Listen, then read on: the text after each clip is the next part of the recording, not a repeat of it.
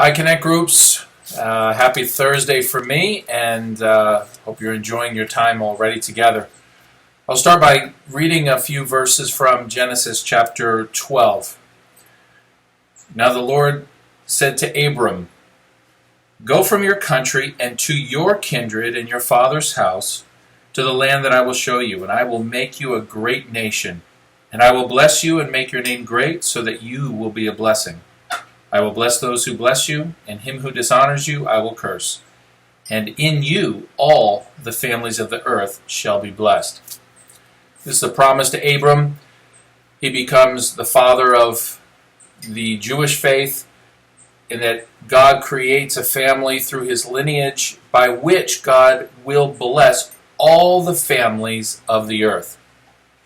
When Peter, in the book of Acts, encounters his vision from God as he sees this sheet with things descending down that he's not supposed to eat, this was a signal again to him that God promised to provide blessing through the Jewish people.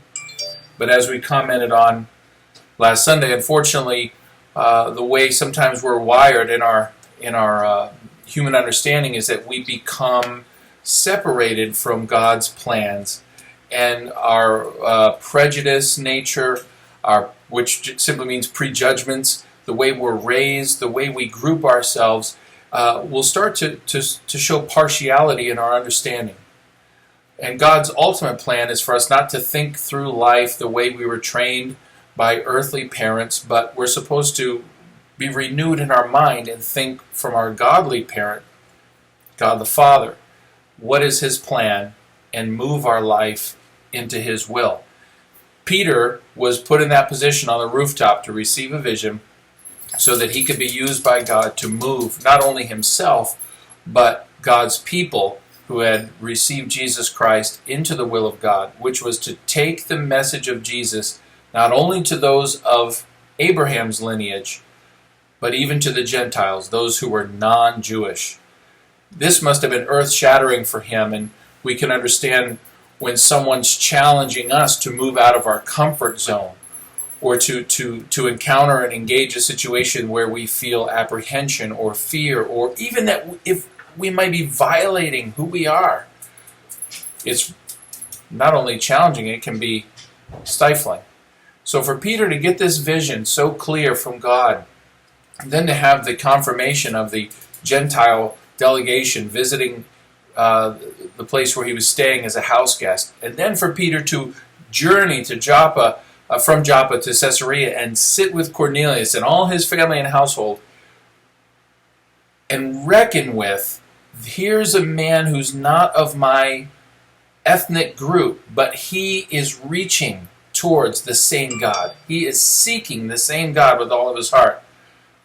So that Peter then says in chapter 10 of Acts, verse 34, "So Peter opened his mouth and said, 'Truly I understand that God shows no partiality. But in every nation, anyone who fears him and does what is right is acceptable to him.'" Partiality on the basis of ethnicity is not biblical. It's not God's plan. Israel got confused. They were a special nation. God was going to bless them so they could be a blessing. But that is the goal of the Father, that through Israel, all the families of the earth will be blessed. So on that basis, now we still have to wrestle through our own impartialities. Times when we do judge on the basis of ethnicity. Times when we do judge in a non-biblical, or prejudge in a non-biblical way. And so I want us to have group discussion on a question which I'll keep as general, as broad as possible. Thinking of your own ethnic group, or your own clan, or your own kind of homegrown groupings. The question is this: what keeps us in our own group?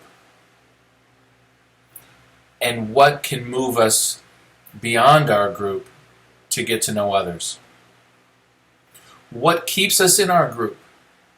And what can move us from our group to reach out and get to know someone else from another group? surely there's more going on in the Acts chapter 10 and 11, and there's more that we could discuss theologically about what God is doing by bringing salvation to the Gentiles. It's fantastic. As a matter of fact, if you just would take a moment before you leave and not only read chapter 10, verse 34, which I did, but read through verse 44. It's one of the most concise, clear descriptions of what we believe as Christians and who we are as God's people. And then as the preaching of the word is happening, the Holy Spirit falls and comes in such a way that it's so evident and demonstrable that God has not only chosen to give salvation to Cornelius and his household, but he's doing so in the same fashion that he did with the Jewish people. That God is consistent. He's amazingly true to himself, and he honors those who fear him and those who do what is right. So I want to encourage you, there is a basis for judgment or evaluating or analyzing society and people, but it's really on the basis of fearing God and doing what's right and acceptable before God. It's not on the basis of ethnicity. So let's stay in that moment because we need to pray.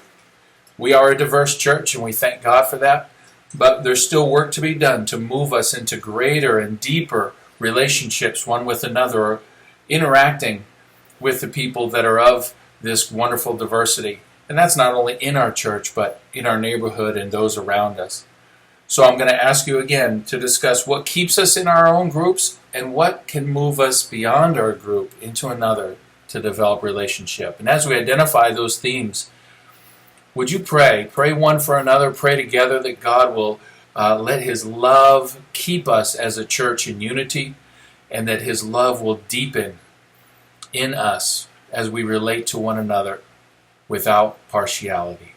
God bless you. Thank you for coming to Connect Group. Have a good meeting. We'll see you on Sunday.